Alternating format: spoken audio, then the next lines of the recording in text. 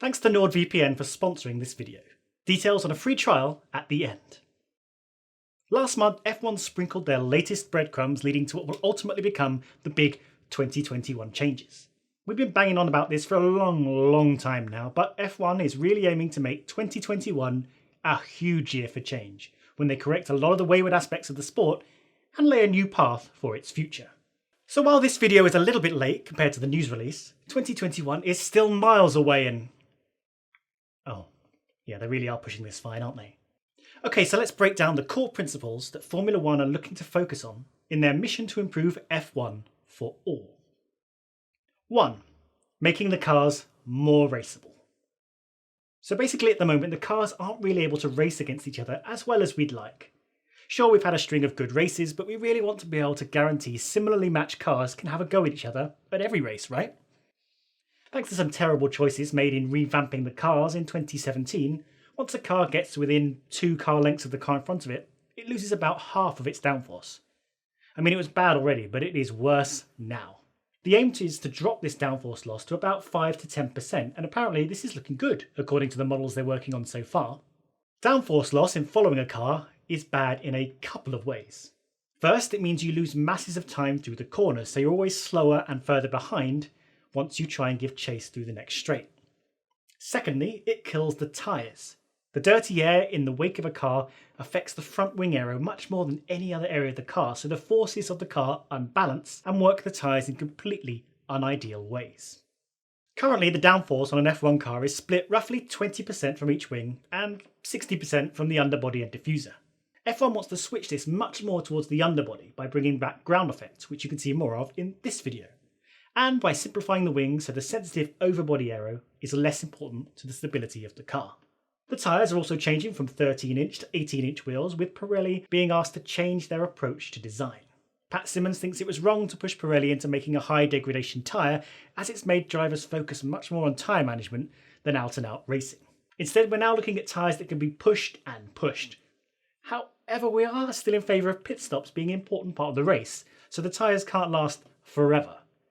This is a tricky thing to prepare for, as you either have tyres that degrade in a predictable way, no matter how hard they're pushed, or you have tyres that suddenly drop off a cliff at a certain point. The former seems likely, particularly as tyre blankets will likely be outlawed. At the moment, F1 cars are hilariously bad on cold tyres, and so the tyres are heated to 80 and 100 degrees Celsius before they're put on the cars. But the new generation tyres will be able to function across a wide temperature range, as with lots of other racing series. And with rubber that's less temperature sensitive, comes rubber that shouldn't freak out as it's pushed. The second core principle is making the grids more competitive. Here in the year 2019, we don't just have this huge gap in performance between the front end of the grid and the back end of the grid, but we also have a huge gap between the front of the grid and the middle of the grid. Again, this is reflected in the championship table, with the points being hugely skewed to one end. Ideally, we'd want to make grids far less predictable and put many more cars and drivers in contention for good places. This will also allow drivers and teams to compete for better championship positions across the year and make many more seats actually worthwhile for the best drivers on the grid. At the moment, we could have lots of title contention-worthy drivers out there that would be wasted if they weren't in a Mercedes. What good would it be for Verstappen to be stuck in a Renault currently? We need it to be true that a driver can make the difference. Now, this is where some of this compromise comes in that some F1 fans may flinch at, but I do agree with Ross Brawn that it's for the greater good. Now, the aero looks like it's going to be much more prescriptive. That is, the teams will have a lot of their freedom taken away in how they can develop the cars. The amount of elbow room they have currently is driving a wedge in competition, particularly between the rich and the poor.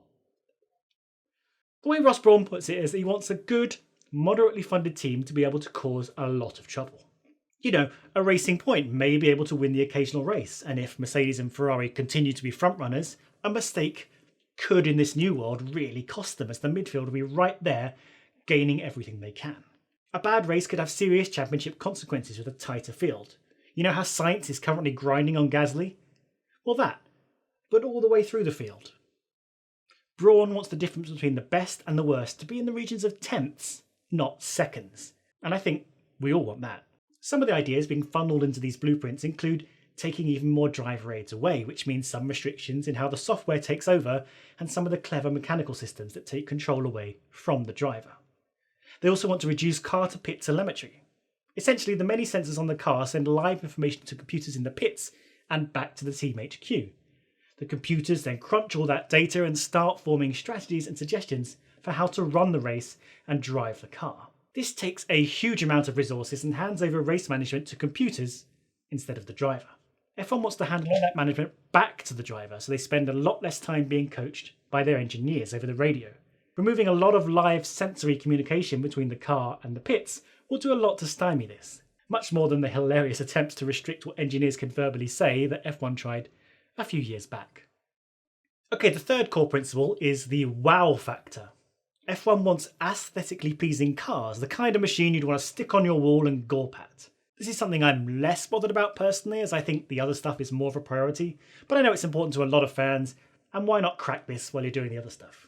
But one person's sexy is another person's horror show, so F1 fans are looking to consult with fans to find out what they want from the car's looks, and I think this is a bad idea. Stick to consulting with automobile designers, which they are absolutely doing, to meet the technical needs in the sexiest way possible. Fans, and I absolutely include myself in this, think they know what they want, but they really don't, and they certainly don't know how to make it happen. With proper modern designers on hand to offer advice, I'm sure F1 will do a brilliant, wonderful job on the 2021 cars that will completely divide opinion among fans. And finally, the fourth core principle, financial viability. Costs are undeniably out of control, and the gap between the rich and the poor teams is too high when what you want is a sustainable, competitive sport. It should be easier and cheaper to compete. We should take success from those with the most resources and move it towards those with the most talent and ingenuity. To that end, F1 is aiming to standardise a lot of parts that really don't need to be endlessly meddled with for tiny advantages. Wheel rims, brakes, radiators, etc. None of that needs 4,000 hours and £500,000 of R&D spent on them. On top of that, they'll further restrict certain areas, like in the use of exotic materials, like expensive, rare materials that offer a slight advantage. Banning of hydraulic suspension, freezing gearboxes, and other restrictions like that focus the team to work on the things that actually matter and are interesting. They also want to reduce allowed wind tunnel time, how big teams can be, how many staff can be brought to a race, capping costs across the organisation, except for key talent like drivers and top-end managements and marketing. Basically, the overall aim is to bring the focus back to the track and less on that 24/7 R&D and computer crunching going back in mostly Middle England. Development is a key part of Formula 1, but the focus should always be on the actual racing. Designing the world's slickest aerodynamic wheel nuts means absolutely nothing in the big picture. F1, the FIA and the teams are continuing to work closely together on this, which on the one hand is good, as many perspectives will bring more to the table and reduce blind spots we've seen before. On the other hand, each party has their own agenda, so Ross Brawn has to carefully manage the inputs to ensure the best overall results for the sport. We should have the final rules published in October, which is hilarious considering the lead times on car designs.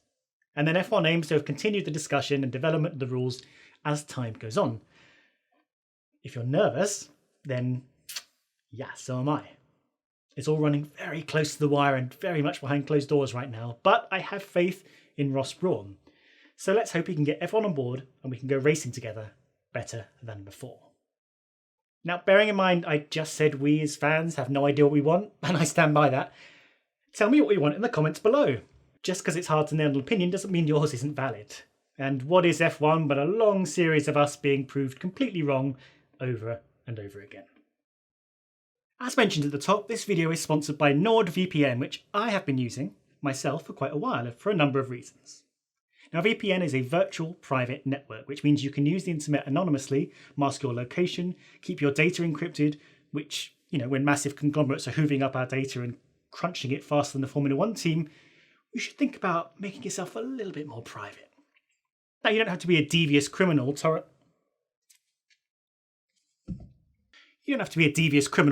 Uwe Boll movies 24/7 to want to hide your data and keep yourself private from the thousands of trackers and bots monitoring you across the web. It just makes sense. And technically, you can virtually place your computer in one of the many locations around the world which, might be useful to people who like watching international motorsports. Maybe.